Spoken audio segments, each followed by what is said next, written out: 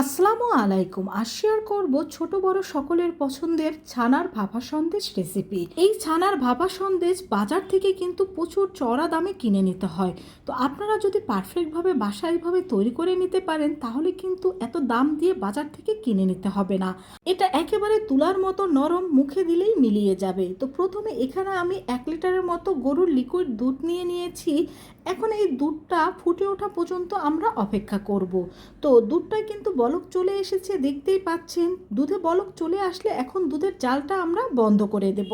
এখন ছানার সন্দেশটা তৈরি করার জন্য আমরা প্রথমেই ছানাটা তৈরি করে নেব। তো আগে থেকে আমি এখানে 2 টেবিল চামচ পরিমাণ ভিনেগার আর 2 টেবিল চামচ পানি আগে থেকে মিক্সড করে রেখেছিলাম। এখন দুধের সব জায়গায় এরকম করে অল্প অল্প করে এটাকে আমরা দিয়ে দেব। তো এটাকে দিয়ে দেওয়ার পর এখন আমরা হালকা হাতে এটাকে নেড়ে নেব। তো 1 থেকে 2 মিনিট এটাকে এইভাবে নেড়ে নেওয়ার পরে কিন্তু আমাদের ছানাটা একেবারে তৈরি হয়ে যাবে। এখন এই ছানাটা ছেঁকে আমরা পানিটা ফেলে দেব। তো ছানাটা আমি এখানে ছেঁকে নিয়েছি, আর এটা যেহেতু ভিনেগার দিয়ে তৈরি করেছি তাই ভালোভাবে কিন্তু এটাকে পানি দিয়ে ধুয়ে নিতে হবে, যাতে এর মধ্যে ভিনেগারের কোনো গন্ধ না থাকে। তো আমরা ভালোভাবে ছানাটাকে ধুয়ে নিয়েছি। ছানাটার পানি ছড়িয়ে এখন একটা সাদা কাপড়ের মধ্যে এইভাবে করে পানি ঝরতে দিয়ে দেব 1 ঘন্টার জন্য। তো আমাদের ছানার পানিটা কিন্তু ঝরে গিয়েছে 1 ঘন্টা পরে। এখন এটা তোমাদের আমি দেখিয়ে দিচ্ছি। দেখো, ছানার গায়ে কিন্তু একটু পরিমাণেরও পানি নেই। এখন এখানে আমি একটা ব্লেন্ডারের জার নিয়ে নিচ্ছি, আর এর মধ্যে এই ছানাগুলো সব দিয়ে দিচ্ছি। তো ছানাটা দিয়ে দেওয়ার পর এখানে আমি গুঁড়ো করে নেওয়া 1/2 কাপ পরিমাণ চিনি দিয়ে দিচ্ছি। আপনারা চাইলে চিনিটা বেশিও ব্যবহার করতে পারেন, তবে ছানার সন্দেশে কিন্তু চিনিটা কমই ভালো লাগে। দিয়ে দিলাম সামান্য একটু এলাচ গুঁড়ো। এখন এটাকে আমি প্রথমে 1 মিনিট ব্লেন্ড করে নেব। তো 1 মিনিট ব্লেন্ড করে নেওয়ার পর এখন এখানে আমি 3 টেবিল চামচ পরিমাণ কুসুম গরম দুধ দিয়ে দিচ্ছি। এখানে স্বাভাবিক তাপমাত্রার দুধটাও দিয়ে দিতে পারেন, তবে ঠান্ডা দুধ কিন্তু একেবারেই দেওয়া যাবে না। তো এটাকে আমি ব্লেন্ড করে নেওয়ার পর দেখুন এটা ঠিক এরকম হবে, আর এটা দিয়েই আমরা এই ভাপা সন্দেশটা তৈরি করে নেব। তো এখানে আমি একটা মোল্ড নিয়ে নিয়েছি, আর মোল্ডের গায়ে ভালোভাবে তেল মেখে নিচ্ছি। এখন এখানে আমি কাগজ দিয়ে দেব, আর এই কাগজের গায়ে কিন্তু আমি আগে থেকেই তেল মেখে রেখেছি।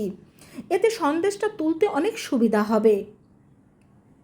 তো আপনারাও কিন্তু যখন কাগজটা দিয়ে দেবেন এইভাবে করে তেল মেখে নেবেন। তো মোলটা আমার একেবারে তৈরি। এখন এর মধ্যে আমরা যেই সন্দেশের ব্যাটারটা তৈরি করে রেখেছিলাম সেই ব্যাটারটা দিয়ে দেব। আর বন্ধুরা, অবশ্যই কিন্তু ব্যাটারটা এইভাবে করেই তৈরি করে নেবে। সেক্ষেত্রে দুধ কম বেশি লাগলে সেভাবে করে দিয়ে দেবে। এখন এর মধ্যে আমি কিছুটা বাদাম কুচি দিয়ে দিচ্ছি। তোমরা চাইলে বাদাম কুচি ছাড়াও এটাকে ভাপে দিয়ে দিতে পারো। তো চুলায় আমি একটা প্যান বসিয়ে দিয়েছি, পানি দিয়ে তার মধ্যে একটা স্ট্যান্ড দিয়ে দিচ্ছি। এখন এই স্ট্যান্ডের উপরে এই সন্দেশের মোলটা আমি বসিয়ে দেব। আর এটা আমার ভাপ দিয়ে নিতে কিন্তু 20 থেকে 25 মিনিটের মতো সময় লাগবে। তবে তোমরা যদি আরও 3-4 লিটারের মতো দুধ দিয়ে ছানা তৈরি করে এই মিষ্টিটা তৈরি করতে চাও সেক্ষেত্রে কিন্তু সময় আরও বেশি লাগবে। তো ঢাকনা দিয়ে ঢেকে এটা টিস্যু দিয়ে ঢাকনাটা বন্ধ করে দিয়েছিলাম। তো ফিরে আসলাম আমি 25 মিনিট পরে। 25 মিনিট পরে কিন্তু এটা পারফেক্টভাবে একেবারে বেক হয়ে গিয়েছে। দেখো, কাঠির সাথে কিন্তু কিছুই লেগে আসছে না, তার মানে এটা আমার পারফেক্টভাবে বেক হয়ে গিয়েছে। এখন চুলার থেকে এটাকে আমি নামিয়ে নিয়েছি। নামিয়ে নিয়ে কিছুটা ঠান্ডা করে এখন ফ্রিজে রেখে দেবো আমি 2-3 ঘন্টার জন্য, ঠান্ডা হওয়ার জন্য। তো ফ্রিজ থেকে আমি 2-3 ঘন্টা পরে বের করে নিচ্ছি। এখন পাশের যে কাগজটা ছিল সেই কাগজটা আমি আস্তে করে তুলে নিচ্ছি। ছানার সন্দেশটা কিন্তু খুবই নরম হয়ে থাকে, তাই এটাকে বের করার সময় অবশ্যই সাবধানে বের করে নিতে হবে। এই সন্দেশের নিচে যে কাগজটা রয়েছে সেটা 2 পাশ থেকে এইভাবে একটু টান দিয়ে নেবেন, এতে সহজে মোল থেকে এই সন্দেশটা বের করে নিতে পারবেন। এখানে খুব সাবধানে এই যে মোল থেকে বের করে নিয়েছি। এখন এই কাগজ সহ আমি আরেকটা ট্রেতে এটাকে নিয়ে নিচ্ছি। এই কাজগুলো কিন্তু অবশ্যই সাবধানের সাথে করবেন, তা না হলে কিন্তু এটা ভেঙে যাবে। দেখুন, আমার কোনা কিন্তু একটু ভেঙে গিয়েছে। এখন একটা ছুরির সাহায্যে এই কাগজের উপর রেখেই এটাকে আমরা স্কোয়ার শেপে কেটে নেব।